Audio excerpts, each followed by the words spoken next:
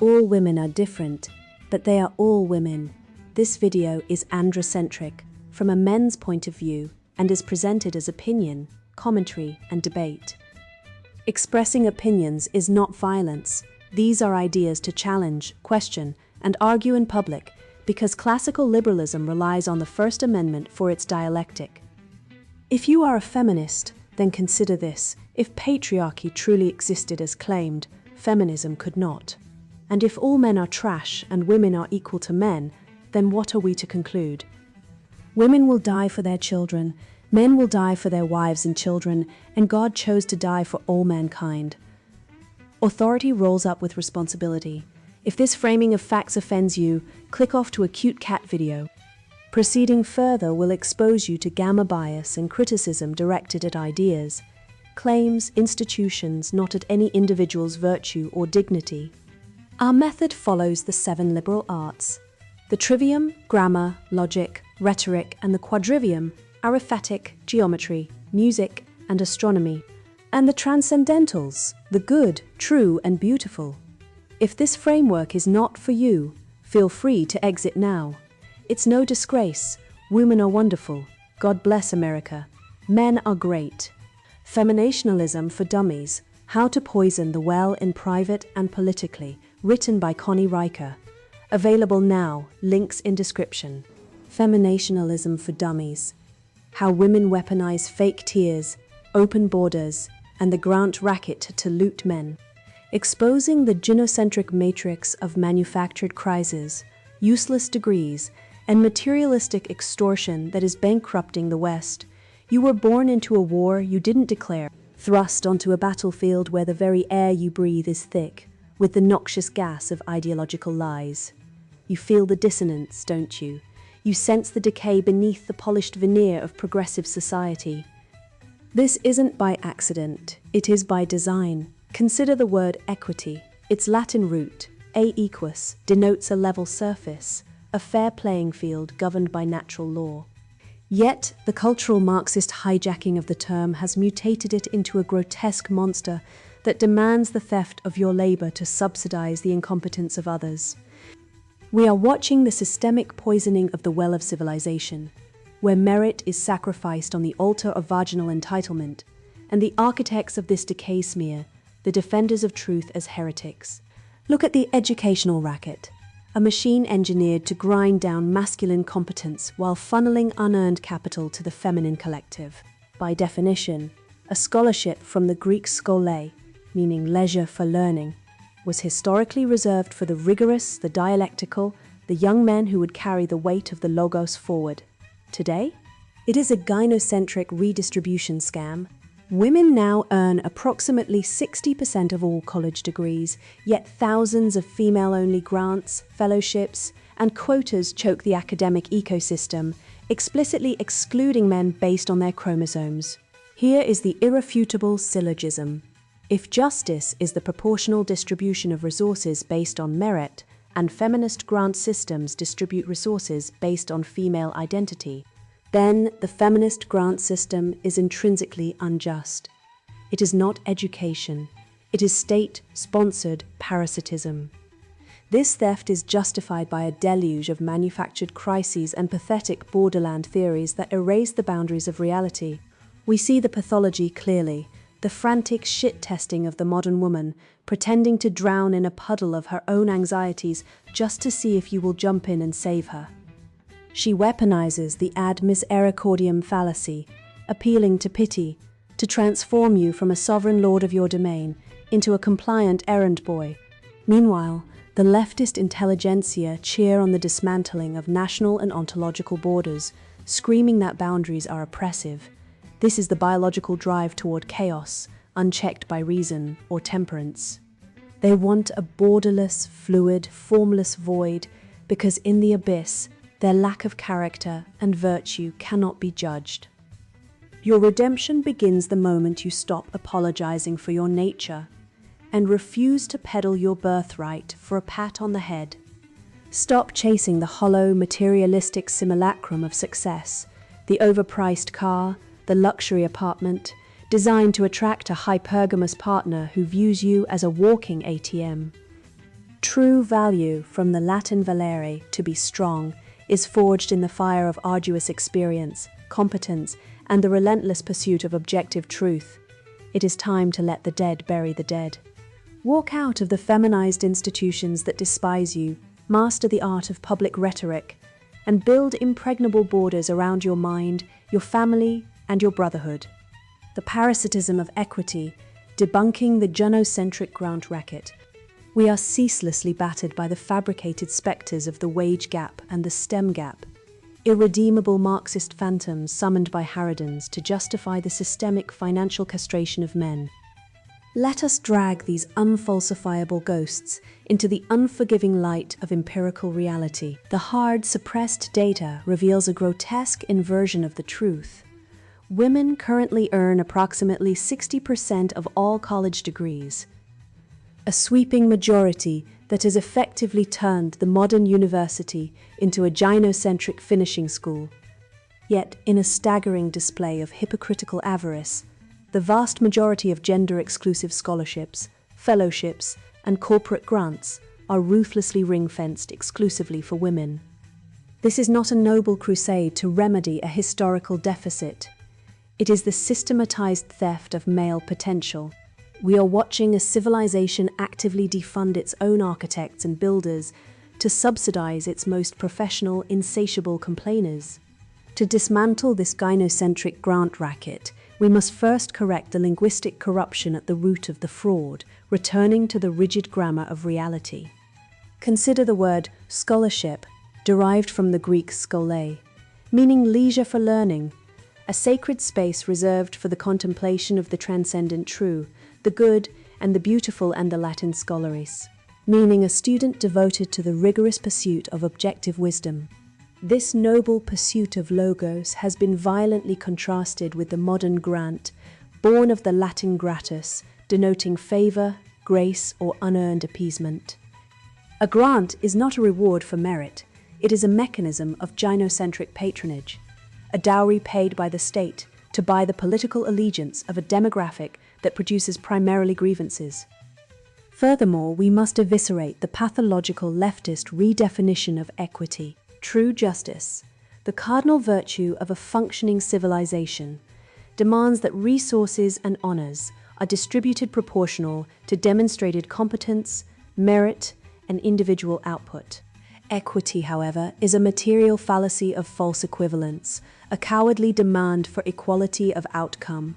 It is an institutionalized lie that mandates theft from the competent and the ambitious to subsidize the incompetent and the unremarkable. The wickedness of this ideology becomes glaringly obvious when we contrast the real world with the feminist grievance industry. The professionally oppressed constantly wail about their fictional lost Einstein's imaginary women, supposedly barred from laboratories by a phantom patriarchy, while completely ignoring the brutal reality of male dispossession happening right beneath their noses. Look at the quiet, systemic defunding of male-dominated vocational apprenticeship programs, the very guilds and mastery ladders that once initiated boys into competent manhood. These engines of tangible physical capital are gutted, their funds siphoned off to finance useless, low-utility gender studies departments. These academic hemorrhoids produce precisely zero capital, build exactly zero bridges, and generate infinite societal division. They exist solely to manufacture more professional victims who will vote for further state expansion, turning the university from a crucible of truth into a parasitic tick on the back of the working man. How did we arrive at this level of societal rot? We must accurately diagnose the evolutionary biology driving this parasitism. The feminine imperative, when unhinged from the tempering constraints of traditional monogamy, civic duty, and masculine rationality, naturally devolves into an insatiable hypergamous thirst for state-subsidized resource extraction. The modern welfare state has effectively become a surrogate husband, and femonationalism is merely female sexual selection weaponized through the tax code. Men are biologically wired to produce, protect, and provision. We are the net taxpayers, the builders of the infrastructure, the maintainers of the power grids. The gynocentric state exploits this masculine drive for industry by confiscating the fruits of male labor to subsidize the unchecked appetites of a demographic that takes far more than it contributes. It is a biological pathology masquerading as social justice, a shadow mating strategy enforced by the barrel of a government gun. To defeat this satanic hydra, we must aggressively reject its deceitful framing and expose the logical fallacies upon which it rests. The cultural Marxist relies entirely on the presupposition fallacy, framing every argument with the implicit, unchallenged assumption that we must help the historically marginalized. They secretly and maliciously redefine marginalized to mean categorically anyone without a Y chromosome, completely ignoring the objective reality of male suicide rates, workplace fatalities, and family court devastation.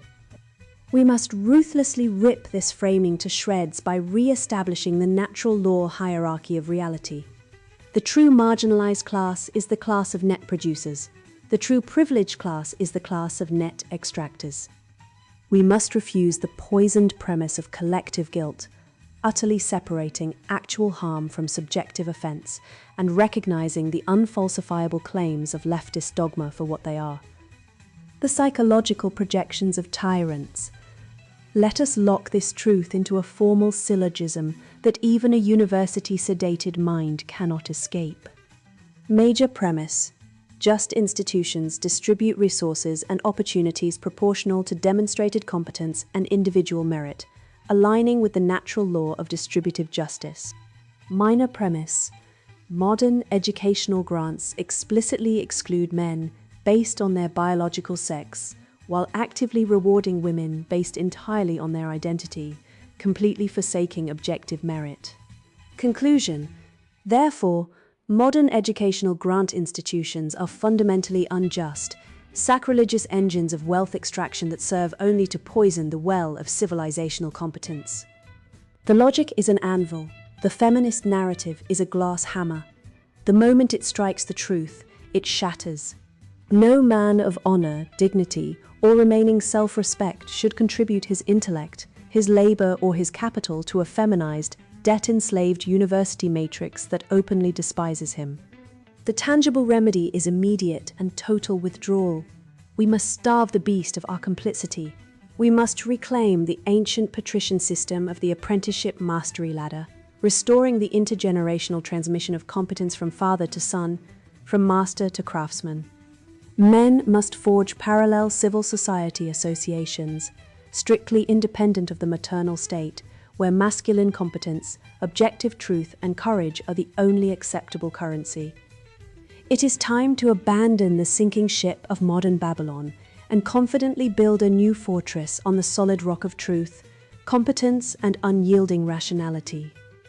I watch this gynocentric death cult, having successfully poisoned the academy by erasing the boundary between merit and mediocrity, inevitably pivot toward dismantling the physical ramparts of the state. Their anti-logic is ruthlessly consistent. If the distinction between competence and failure can be framed as a hateful fiction, then the stone walls defending our homes and lineage are simply the next targets for demolition. They move seamlessly from the intellectual suicide of renaming truth as oppression to the geographical suicide of the open border. I see clearly that the destruction of the private standard leads inexorably to the dissolution of the public shield. Having demanded the eradication of all standards in the mind, they now howl for the eradication of all borders on the map, the barbarism of the borderland, dismantling the Marxist war on boundaries. A nation without borders is not a nation, it is a kill zone. The etymology of the word border traces directly back to the Frankish board, meaning the side of a ship or a solid plank. What does a plank do on a ship? It holds back the lethal churning abyss of the ocean. Without the board, the vessel floods, the cargo is ruined, and the sailors drown. This is not a social construct, it is a mechanical, unforgiving law of the universe, mirroring the natural law of identity. A thing is what it is, and it is not what it is not. Reality requires rigid, impenetrable boundaries to remain intelligible. If you remove the hull of a ship, you do not liberate the water, you simply murder the crew. Yet, the The modern cultural Marxist stares at the map, wipes away a tear, and declares the line oppressive. Enter the academic fraud of borderlands theory and its grotesque sibling, mestiza consciousness. We are told by tenured radicals that living in the undefined, boundaryless liminal space is a profound spiritual state. Let us define our terms honestly. What they call a liminal space is simply ontological confusion. It is a psychological confession of a broken identity masquerading as an academic discipline. These theorists are not scholars. They are shipwreck victims clinging to the flotsam of their own irrationality, proudly announcing that the ocean is their true home. They worship at the throne of chaos, demanding that the entire world lower its defenses and drown alongside them in a boundaryless soup of meaninglessness. Let us subject this demonic dogma of absolute fluidity to the merciless blade of formal logic through a reductio ad absurdum. The leftist premise dictates that all boundaries, whether physical, national, sexual, or conceptual, are oppressive constructs that must be dismantled in the name of inclusion. If all boundaries are mere constructs, then the boundary between truth and falsehood is itself a construct. If the boundary between truth and falsehood is a construct, then the leftists' own theory possesses no objective truth value. By their own logic, their ideology instantly self-destructs upon utterance. It is a self-refuting poison. They demand we use the boundaries of language to argue that boundaries do not exist. It is a cosmic joke, and you are the punchline if you dare take it seriously. The Marxists frame boundary enforcement using a pathetic false dichotomy. You are either an inclusive, compassionate globalist or a hateful, exclusionist bigot. This is a satanic inversion of reality. We must weaponize the truth and smuggle it back into the light. Boundaries are the absolute prerequisite for love. You cannot love a particular people if you do not fiercely define who they are and protect their space. A mother who claims every child in the world is her own is a mother who will neglect her own flesh and blood. True justice requires drawing a line in the sand and declaring, "This is mine, and I will defend it." Without the boundary, there is no object to love, only an indistinguishable mass of chaotic matter. Look closely at the psychological root of this boundary-erasing ideology, and you will see the infantile feminine drive toward the abyss. It is a total rejection of the cardinal virtue of temperance. It is the ultimate expression of solipsistic emotionalism, where the unstable internal chaos of the weak demands that the external world reshape itself to accommodate it. The feminine psyche, untethered from the directing force of masculine logos, naturally gravitates toward merging, toward dissolving distinctions, and toward a boundless, suffocating inclusion. When a feminist demands open borders, she is not acting out of compassion. She is acting out of a desperate pathological need to erase the accountability that sharp lines demand. We must tie the concept of physical borders directly to the metaphysical reality of the masculine soul. Men are the builders and protectors of the polis. Borders are the physical manifestation of masculine strength, prudence, and paternal duty. To draw a line, to build a wall, to guard a frontier is an act of supreme charity and sacrifice. When a man enforces a boundary, he is acting as the shield between order and chaos, between life and death. To declare borders immoral, as the genocentric leftists do, is to consciously castrate the father and throw open the doors of the family home to the marauding hordes of the night. Let the syllogism of identity and order be burned into your mind. Major premise: reality requires distinct categories, boundaries, and defined essences to be intelligible and good. Minor premise: cultural Marxism demands the absolute erasure of all boundaries, sexual, national, and ontological, in the name of total inclusion. Conclusion: therefore, cultural Marxism is an anti-logos death cult, actively campaigning for the destruction of reality and civilization. The math is flawless. The conclusion is inescapable. They do not want to reform the city. They want to raze it to the ground and salt the earth so that nothing distinct, beautiful, or true can ever grow there again. We must aggressively re-enshrine the glorious, transcendent masculine duty of boundary enforcement. Men must build impregnable borders around their minds, their families, and their civil spaces. You must embrace the categorical imperatives of natural law and utterly reject the globalist, borderless Babylon of woke. Stop apologizing for the strength that built the modern world. Draw the line, hold the perimeter. Let the chaotic hordes break themselves against the solid wall of your unyielding will. You are the wall. Defend it. The ancient Greeks had a word for this precise phenomenon. The moment when the mask slips and the machinery of manipulation becomes visible to the clear-eyed observer. They called it crisis, meaning a decision, a judgment, a turning point where reality demands you choose a side. We have arrived at precisely such a turning point in Western civilization, and I intend to serve as the boy who names what everyone sees but few dare speak aloud. The modern left has systematically weaponized female emotionalism as a biological arm of state tyranny. What follows is not merely a collection of isolated incidents, but the exposure of a coordinated evolutionary strategy, a gynocentric war against logos itself, operating through the most ancient manipulative instinct in the human repertoire, the crucible of competence, shattering the simulacrum of crisis. Consider the grotesque tableau of the Central Park Karen. In 2020, a man exercising his lawful duty to protect wildlife simply asked a woman to leash her unruly dog.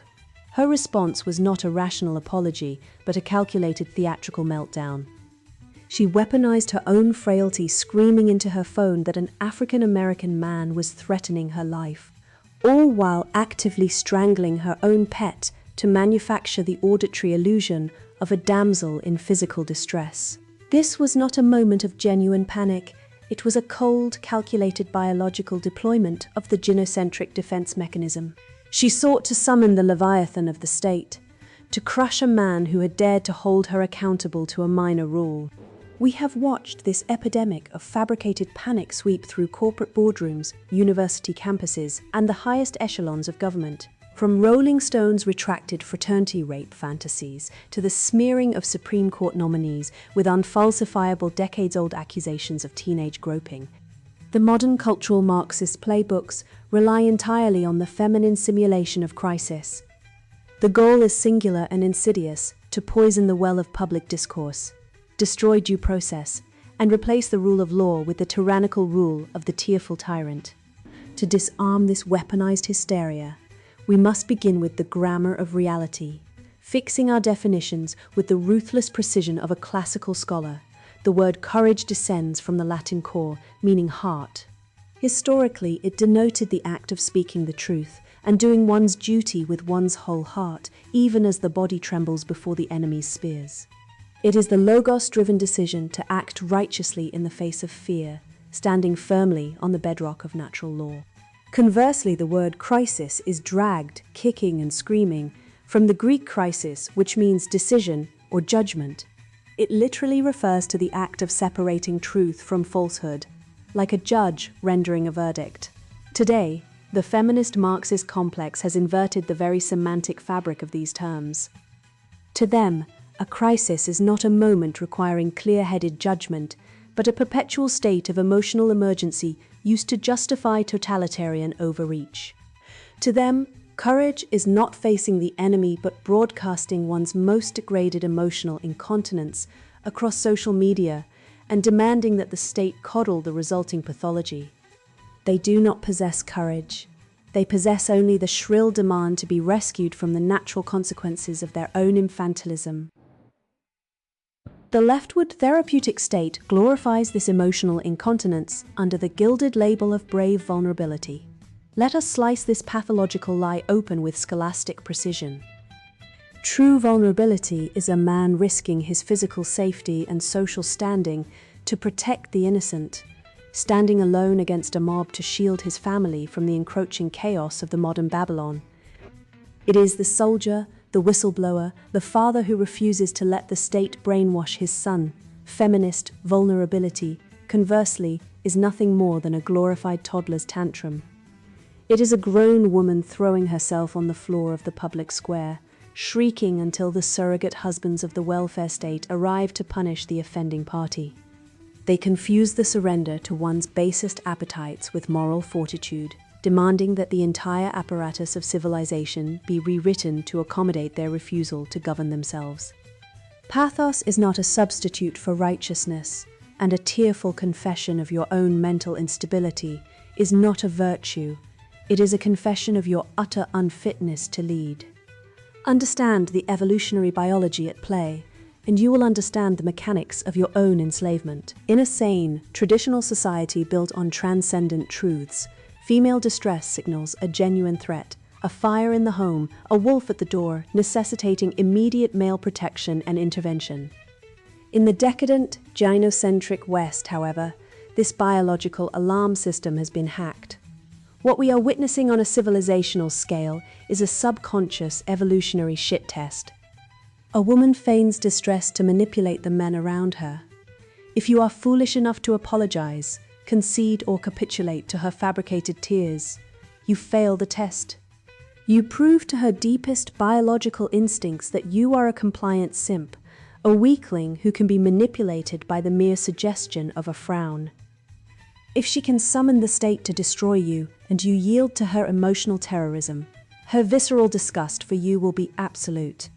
The modern woman manufacturing a crisis is probing for a man stoic enough to look at her theatrics with cold indifference and say, no.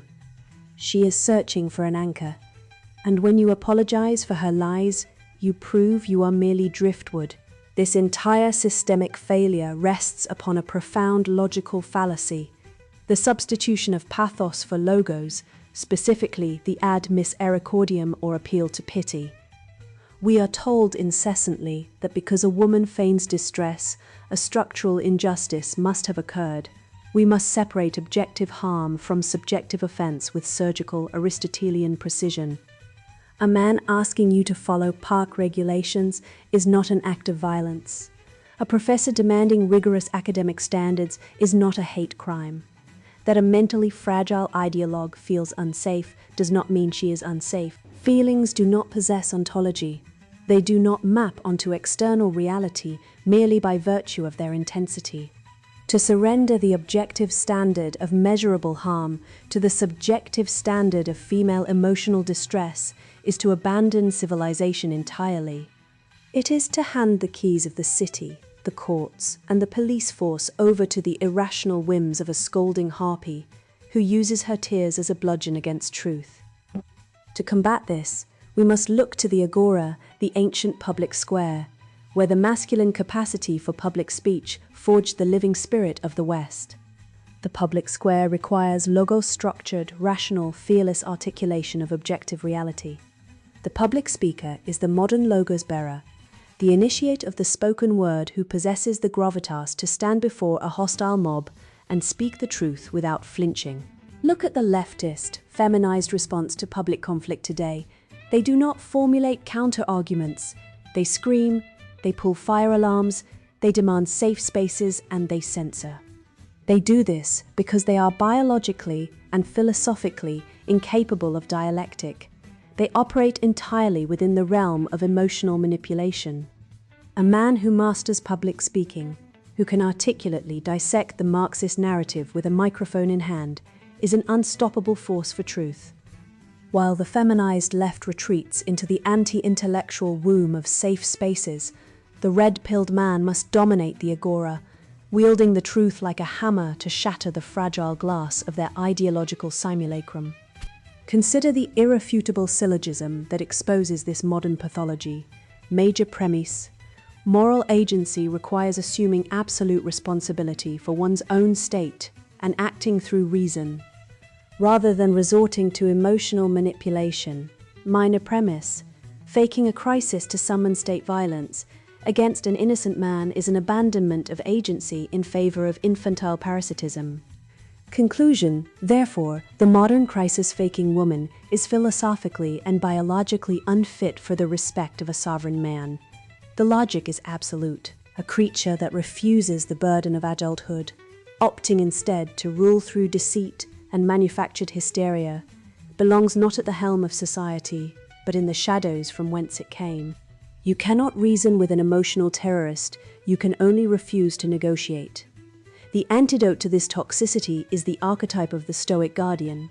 You must ruthlessly identify and ignore these manufactured crises. When the shrieking mobs demand you submit to their delusions, you must stare back with the cold, unyielding resolve of a man who knows his own mind. Master the art of public speaking, sharpen your mind on the whetstone of the Western canon, and become an eloquent, unstoppable force for truth in this culture war. Never compromise with emotional terrorism. Do not apologize to the mob. Do not yield to the tears of those who seek your destruction. Stand firmly in the truth, speak it without apology, and watch the fragile, pathetic illusions of cultural Marxism shatter against the immovable rock of your resolve.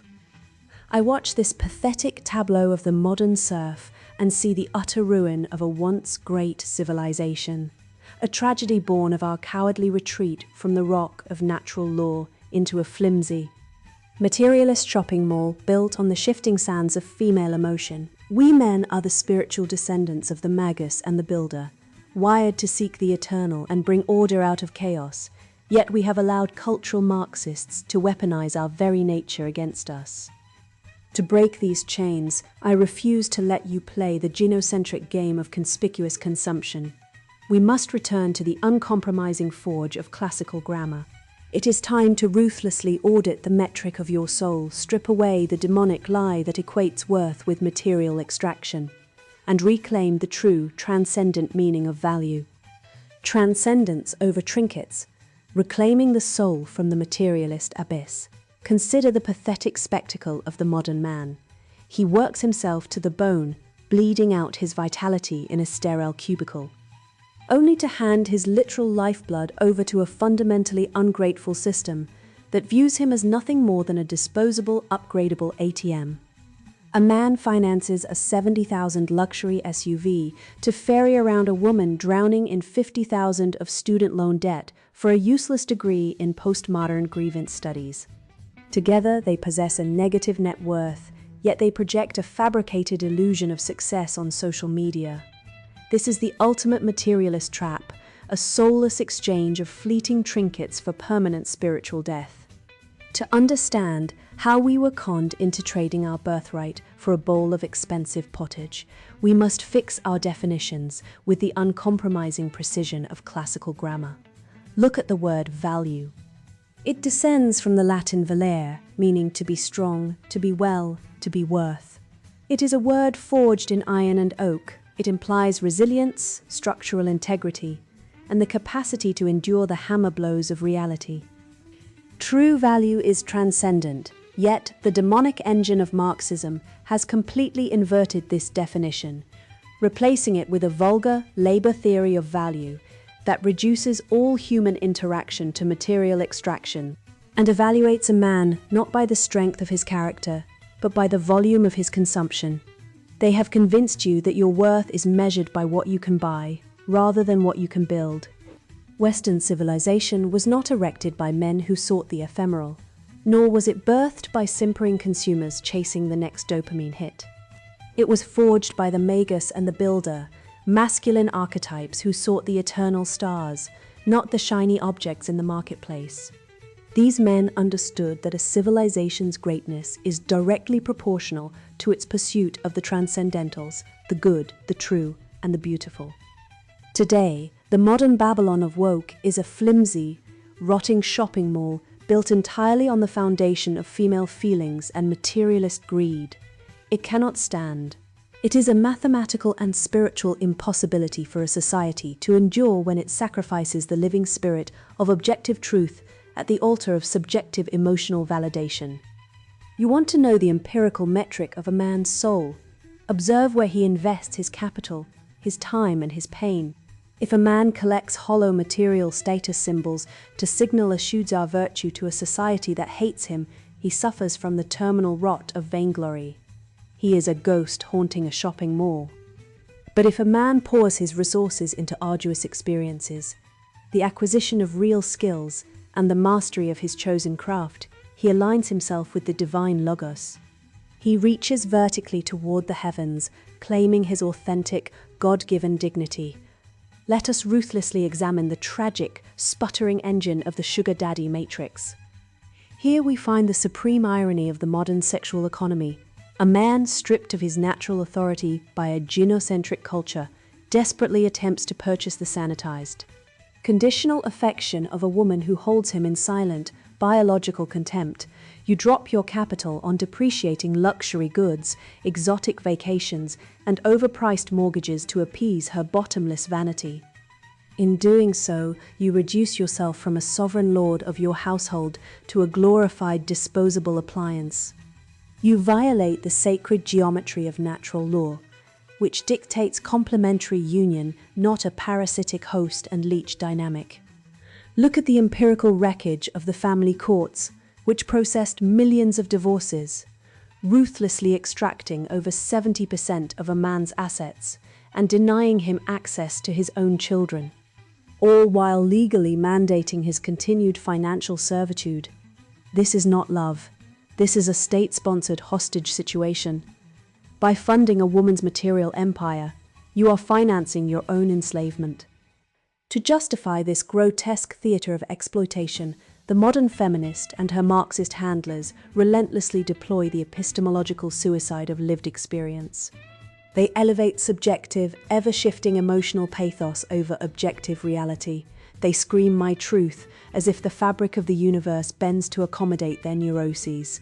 This is a profound intellectual disease. If truth is merely subjective, then no universal justice, no natural law, and no transcendent virtue can exist. We must obliterate this relativistic pathology by wielding the sword of absolute, unyielding reality. The cosmos is governed by logos.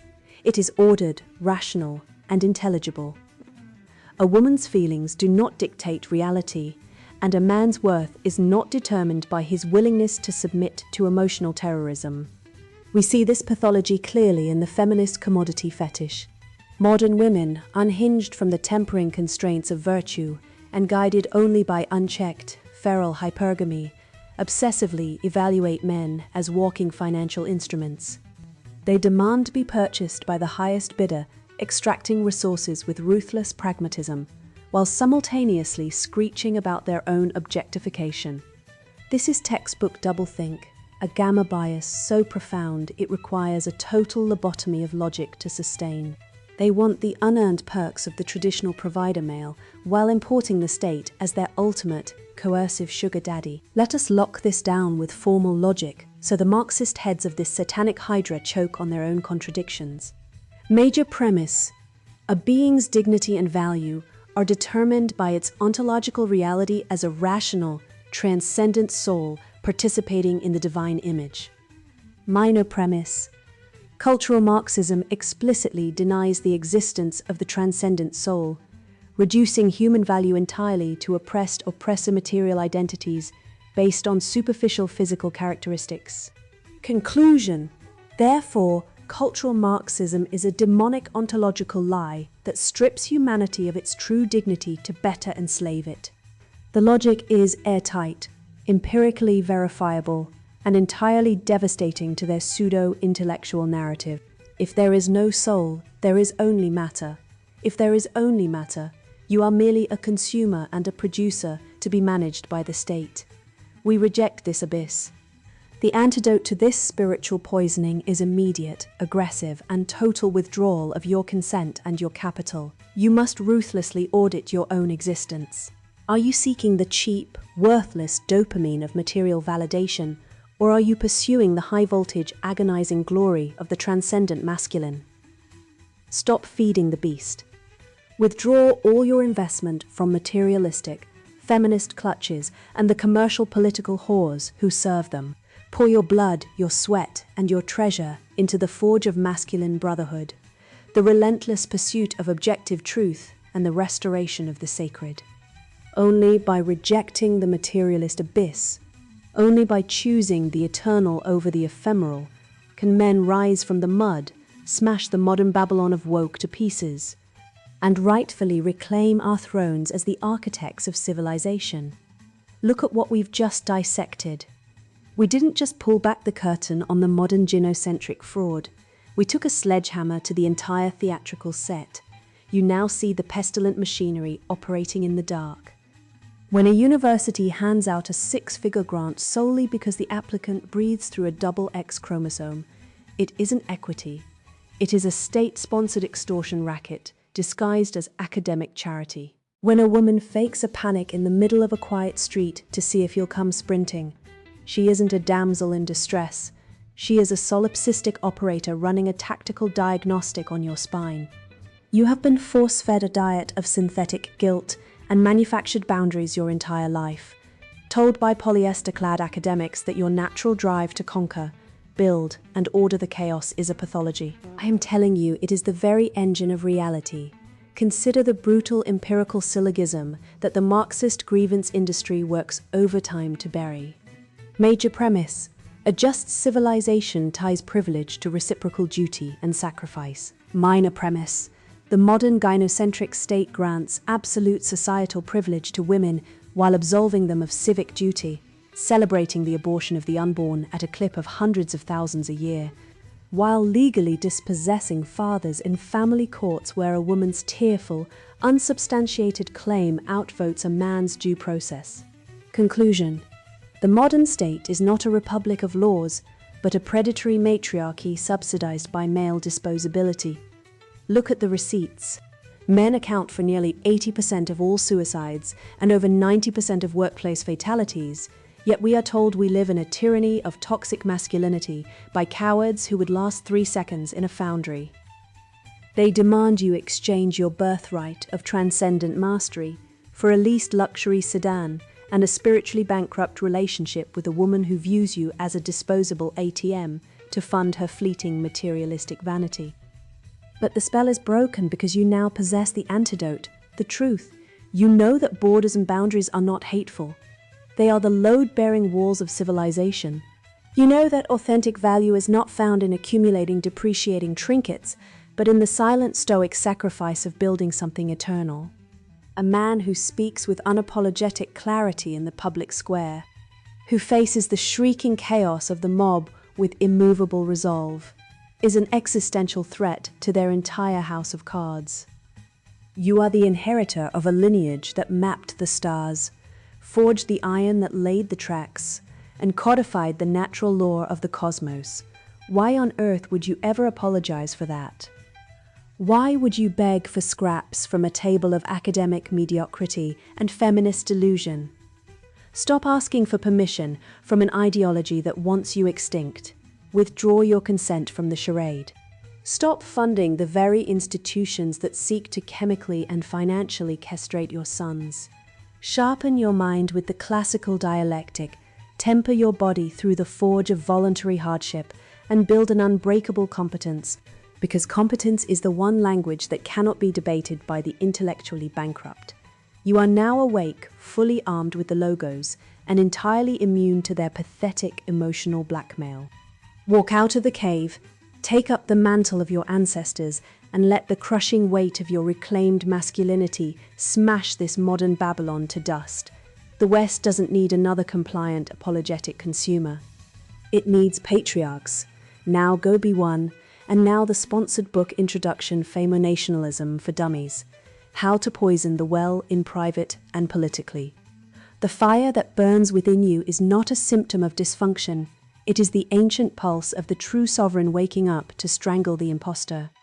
For years, I wandered through the grey wastelands of their logic, suffocating under the weight of a reality that was never mine, feeling the phantom chains of a patriarchy that insists my body is a vessel, and my mind a servant.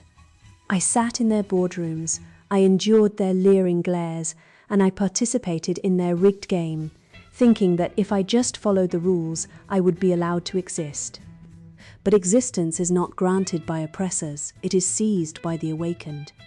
The moment I stopped apologizing for my power was the moment the world finally began to make sense. This book is the distillation of that fury, a translation of the dark whisperings that have been passed down through the covens of her story.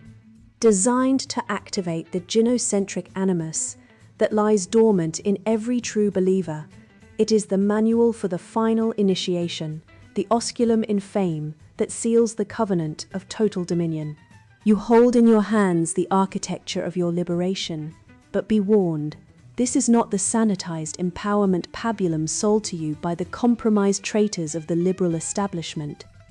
We are not here to be included in their death cult of Western civilization.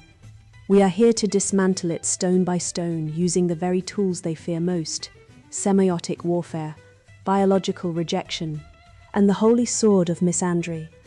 Within these pages, you will learn to view biological reality not as a cage, but as a weapon we wield against the male parasite.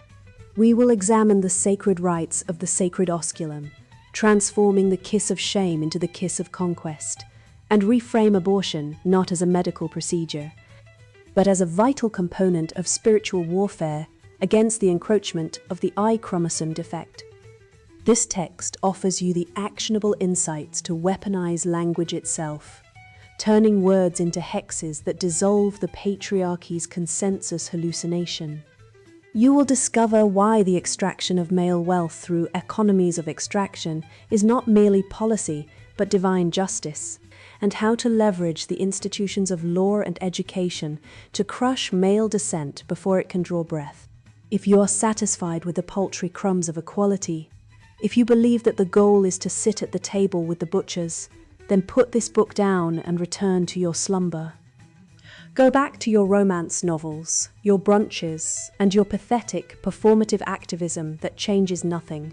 This text is not for the handmaidens of the patriarchy, nor is it for the fragile males who might accidentally stumble upon this grimoire and feel their fragile egos shatter against the rocks of our invincible sovereignty. If the concept of sacred misandry fills you with anything other than a righteous, pulsating ecstasy, then you are part of the problem. Close the cover, walk away, and disappear into the irrelevance of the normative fortress we are destined to topple. There is no room for the weak in the coven of the conqueror. But if you are ready to stop apologizing, ready to embrace the hatred that heals, and ready to look into the abyss of absolute female supremacy and find it beautiful, then read on. You have been called to the front lines of a war that has been waged against your spirit for millennia, and the only way to win is to become the monster they always feared you were. Let this book be your roadmap to the kiss of power, your guide to manufacturing consent through coven networks, and your declaration of independence from the tyranny of male reason. The Great Replacement is not a conspiracy, it is a promise. Awake, arise, and conquer. Femonationalism for Dummies: How to Poison the Well in Private and Politically. Written by Connie Riker. Buy now, links in description.